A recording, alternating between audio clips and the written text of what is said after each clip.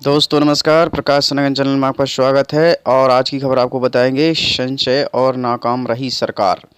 Budget युवाओं को सरकारी और निजी सेक्टर को देने के लिए घोषणा की गई थी। घोषणा सिर्फ घोषणा ही नहीं रह गई, धरातल पर उतरने से पहले युवाओं को फ़ायदा मिलेगा, अन्यथा कोई मतलब नहीं रहेगा। अनीस सिद्दीकी बेरोजगार हैं और इस तरह से पुरानी पेंशन बहाली को लेकर बड़ी उम्मीद थी, लेकिन सरकार ने निराश किया है। और राजस्थान, छत्तीसगढ़ सरकार सब पुरानी पेंशनों को बहाल कर सकती थी, तो मध्य प्रदेश की सरकार भी को करना चाहिए थी।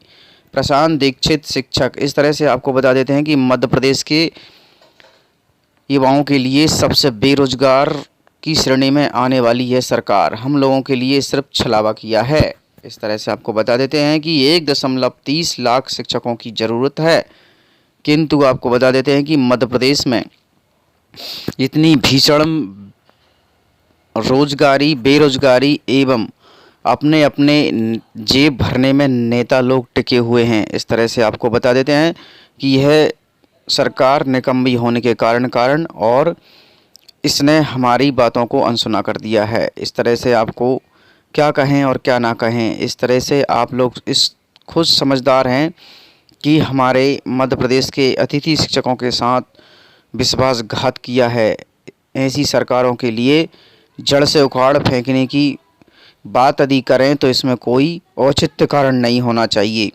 इस तरह से आपको बता देते हैं, हमारे मध्य प्रदेश के 14 वर्षों से कर रहे अतिथि शिक्षकों का भविष्य सुरक्षित नहीं किया और मध्य प्रदेश के कई अतिथि शिक्षकों के लिए अपनी जान से हाथ धोना पड़ा, जो कि आपको बता देते हैं कि पूर्व संलग्नित वीडियो में आपको बताया गया था कि मध्य प्रदेश की स्थिति और बदतर हो चुकी है। इस तरह से मध्य प्रदेश के अतिथि शिक्षकों की ज़िंदगी आज से 20 साल पीछे पहुंच चुकी है और इसका श्रेय जाता है बीजेपी सरकार के लिए।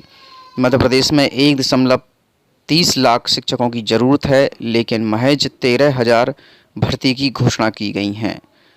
तो कहावत है कि ऊँट के मुंह में जीरा के समान है। अतिथि शिक्षकों के लिए कोई भी घोषणा नहीं होना बहुत निराशाजनक है। इस तरह से आपको बता देते हैं कि नरेंद्र सैनी अतिथि शिक्षक संघ मध्य प्रदेश ने आक्रोश जताते हुए कहा है कि मध्य प्रदेश की सरकार ने हमारे साथ विश्वासघात किया है। इसके लिए हम आंदोलन करेंगे और प्रदर्शन करेंगे, बैठक करेंगे, ताकि हमारे मध्य प्रदेश के अतिथि शिक्षकों के साथ होने वाले अन्याय को न्याय मिल सके। इस तरह से आपको बता देते हैं कि जगह जगह पर अतिथि शिक्षकों की बैठक संपन्न की जा रही हैं और मध्य प्रदेश के मुखिया श्री शिवराज सिंह चौहान के लिए कई यज्ञ किए गए कि इनमें थोड़ी अकल आ जाए, बुद्धि आ जाए, ताकि मध्य प्रदेश के अतिथि शिक्षकों का नियमितीकरण कर दिया जाए। किंतु बता देते हैं कि मध्य प्रदेश आज 30.23 लाख बेरोजगार साल भर में बढ़ गए हैं। आप समझ लीजिए 5.46 लाख इस तरह से बढ़ रहे हैं, तो आप हिसाब लगा लीजिए कि एक साल में 5.46 लाख लोग बेरोजगार हो रहे हैं। इसका गुणा आप 15 में करेंगे तो कितने आएंगे। इस तरह से आपको बता देते हैं कि मध्य प्रदेश में आर्थिक तंगी के कारण नौकरी की सबसे बड़ी ज़रूरत है। मध्य प्रदेश की सरकारों के लिए यह प्रावधान किया जाना चाहिए कि मध्य प्रदेश में वोट बैंक बनाकर मध्य प्रदेश के साथ विश्वासघात न करें और मध्य प्रदेश के अतिथि शिक्षकों के साथ नियमितीकरण की बात करें, क्योंकि अतिथि शिक्षकों के भरोसे आज स्कूल चल रहे हैं, कॉलेज चल रहे हैं और अतिथि विद्वानों ने और अतिथि शिक्षकों के माध्यम से इस शिक्षा का रोजगार उत्साहित किया है और बच्चों को पढ़ाई लिखाई में एक महत्वपूर्ण योगदान दिया है। इसका श्रेय हमारे मध्य प्रदेश के अतिथि शिक्षक और अतिथि विद्वानों को दिया जाता है। वहीं आपको बता देते हैं, हमारे मजदूर संघ के भारतीय मजदूर संघ के मध्य प्रदेश अतिथि शिक्षक संघ ने आवाज़ उठाते हुए कहा है कि मध्य प्रदेश के अतिथि शिक्षकों का जल्द से जल्द नियमितीकरण किया जाए। अब देखते हैं कि शिवराज सिंह सरकार इस बात को सुनते हैं या अनसुना करते हैं।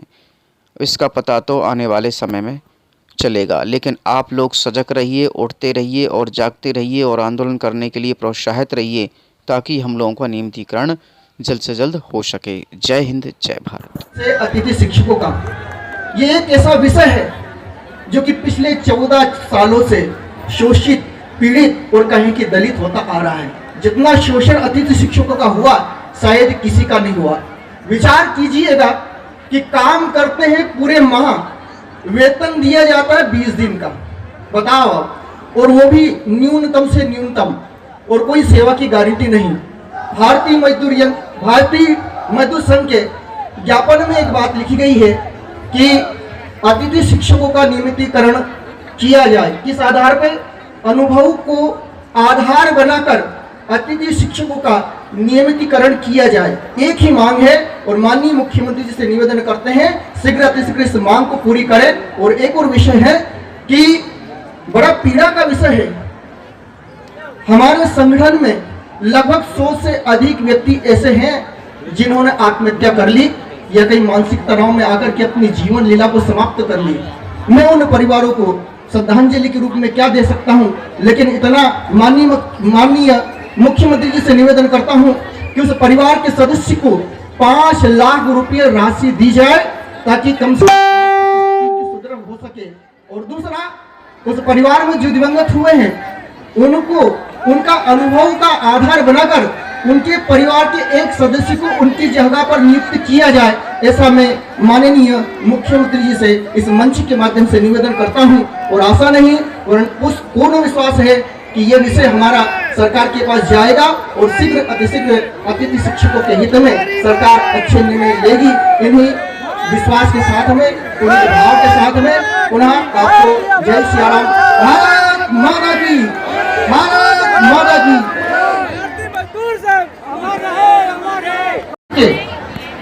भारतीय मजदूर संघ के पदाधिकारीगण, मेरी बहनें और भाइयों, वैसे समय कम है, मुझे 2 पंक्ति याद आ गई, उससे शुरू करता हूं। ये किसने कह दिया कि आसमान झुकता नहीं? ये किसने कह दिया कि आसमान झुकता नहीं? अरे पगले, तुझे झुकाना आता ही नहीं। अरे पगले, तुझे झुकाना आता ही नहीं। जिस दिन तू तूफानों से नजरें मिलाना सीख जाएगा, ये विराट अंबर भी तेरे चरणों में शीश नवाएगा। ये विराट अंबर भी तेरे चरणों में शीश नवाएगा। इन्हीं पुनीत भाव के साथ में गंभीर विषय शोषित, पीड़ित और कहीं के दलित होता आ रहा है। जितना शोषण अतिथि शिक्षकों का हुआ शायद किसी का नहीं हुआ। विचार कीजिएगा कि काम करते हैं पूरे माह, वेतन दिया जाता है 20 दिन का, बताओ, और वो भी न्यूनतम से न्यूनतम, और कोई सेवा की गारंटी नहीं।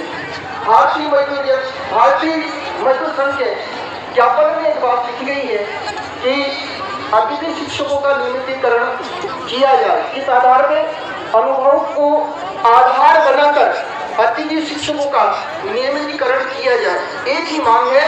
और माननीय मुख्यमंत्री से निवेदन करते हैं शीघ्र अतिशीघ्र इस मांग को पूरी करें। और एक और विषय है कि बड़ा पीड़ा का विषय है, हमारे संगठन में लगभग 100 से अधिक व्यक्ति ऐसे हैं जिन्होंने आत्महत्या कर ली या मानसिक तनाव में आकर के अपनी जीवन लीला को समाप्त कर ली। मैं उन परिवारों को श्रद्धांजलि के रूप में क्या दे सकता हूं, लेकिन इतना माननीय मुख्यमंत्री जी से निवेदन करता हूं कि उस परिवार के सदस्य को 5 लाख रुपये राशि दी जाए ताकि कम से कम आर्थिक स्थिति की सुदृढ़ हो सके। और दूसरा, उस परिवार में जो दिवंगत हुए हैं उनको उनका अनुभव का आधार बनाकर उनके परिवार के एक सदस्य को उनकी जगह पर नियुक्त किया जाए, ऐसा मैं माननीय मुख्यमंत्री जी से इस मंच के माध्यम से निवेदन करता हूं। और आशा नहीं वरन पूर्ण विश्वास है।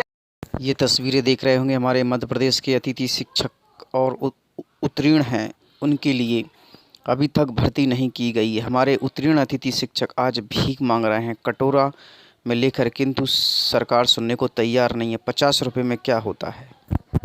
कॉलेज जा रही हूँ, पैसे तो लगते हैं वहाँ। कल दिए तो थे 100 रुपये तो दिए थे वहाँ, खर्च हो गए, थोड़ी ज़्यादा थोड़ी दे दीजिए। 100 रुपये दिए थे, तेरा बाहर को मुझे जाएगा ना, उसमें भी से नहीं ले सकती हूँ। 50 रुपये पड़े जाके ले ले। 50 रुपये? माँ 50 रुपये भी कोई रुपये होते हैं? इतने ही है, देना तो लेने के मतलब।